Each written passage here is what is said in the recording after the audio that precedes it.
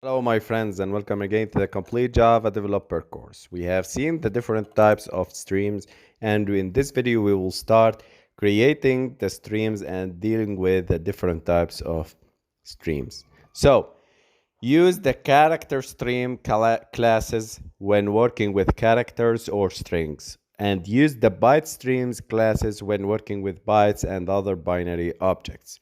We will start dealing with streams, byte streams, and we will talk about the input stream and output stream. So we will start with the input stream. So the byte streams classes provide a rich environment for handling byte-oriented I/O.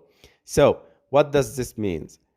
A byte stream can be used with any type of objects, including binary data. This versatility makes byte streams important to many types of programs. So, like binary objects, we are going to use byte streams in many of our objects and many of our projects because this is the way and the only way to save the objects, and we are going to save the state of objects later on in our complex project.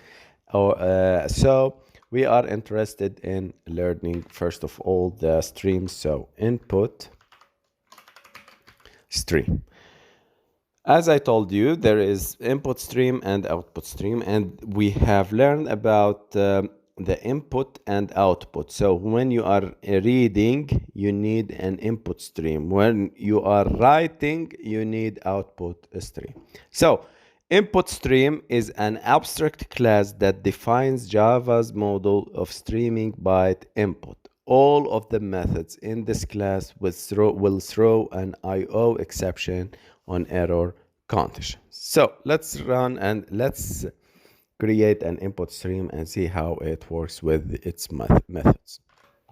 Input stream class is base class, is a superclass of all input streams in the Java I/O API. So each subclass of input stream typically has a very specific use, but can be used as an input stream. The input stream subclasses are the file input stream, byte array input stream, filter input stream, piped input stream, object input stream, and from the filter there are subclasses like data input stream, buffered input stream, and push back input stream. Okay. A Java input stream is typically connected to some data source like a file, network connection, pipe, or etc. This is also explained in more details in next video. So, Java input stream example. Let's go to the IDE and write some codes to understand the Java input stream. But we are interested in file input stream, that this you are going to deal with, and object input stream, okay, and data input stream. These are the most useful and used data streams in Java. Okay. So we have learned about the subclasses of input stream. Now let's create input stream. We know it is a superclass input stream, and we need to import the package. So Alt plus Enter to import the package java.io.inputstreams. Input stream equal to new, and you see, guys, these are the types of the streams that we have seen: file input stream, and we have this abstract class. You see, this is an abstract class here, and having these angled brackets or curly braces, sorry. The buffered input stream, byte array input stream, data input stream, filter, object, pipe, pushback, and much more. We are interested in making like file input stream. and we specify the file name exactly and the file path exactly. Okay,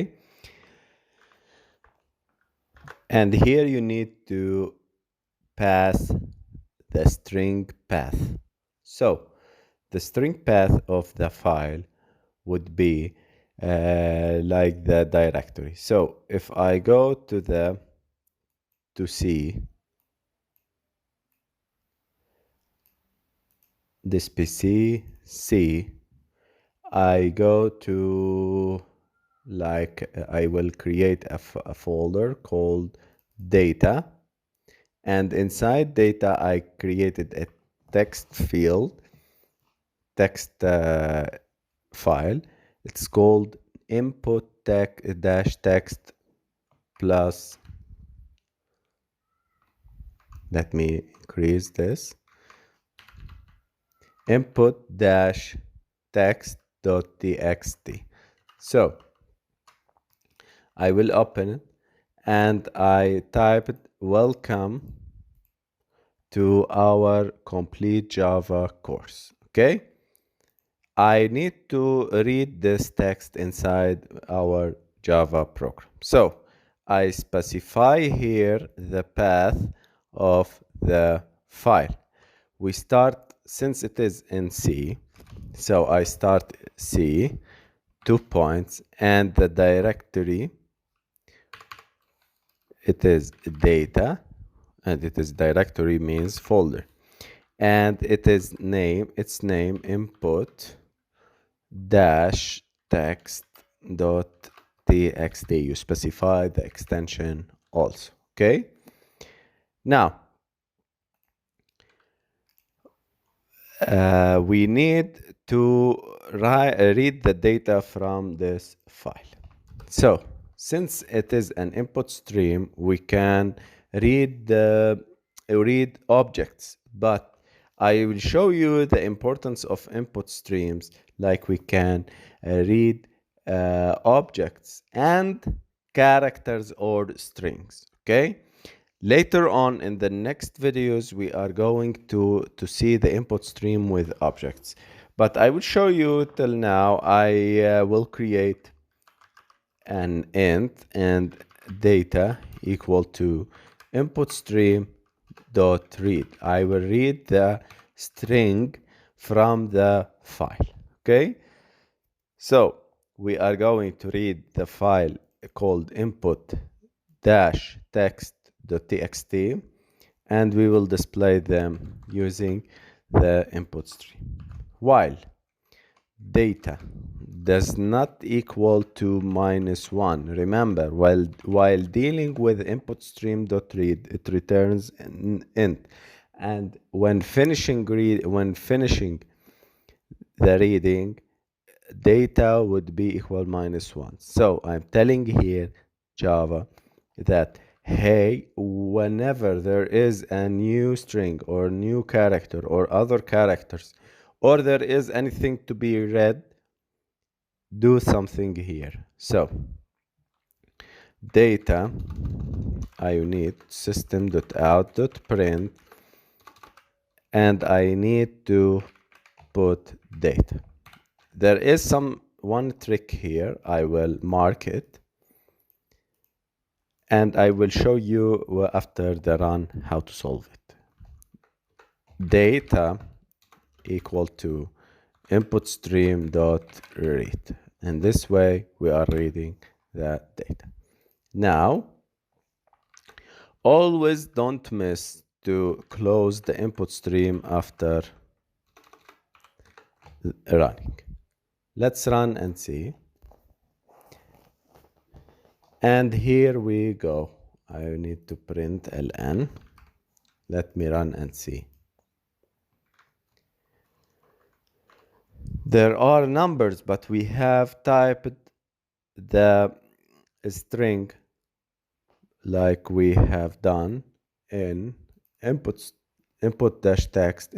They are of string, but why they are read in numbers? Because we are getting the integer, the character corresponding to the integer. So what does this mean?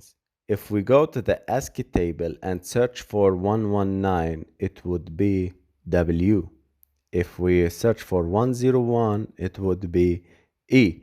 So the data input stream dot read, we are getting them into an integer data. So the the data is stored in an integer. How to convert this integer to the character? It is very simple. We are casting it to car. So here we cast the data into car. Let's run and see, and this will convert the integer to a character. And here we go, guys. You see, welcome. It's reading every character alone to our complete Java course. Okay, you see, guys, how to get the data, how to read the data from the input stream, the file input stream, and how to use it, and the trick is how to cast the integer data into a character data. This is very useful. We are going to see it inside the files later on while dealing with saving and loading data from disks and other. And we need to work with it while saving the data, while loading, while updating the data. So don't worry, we will talk about these strings and the streams inside our projects.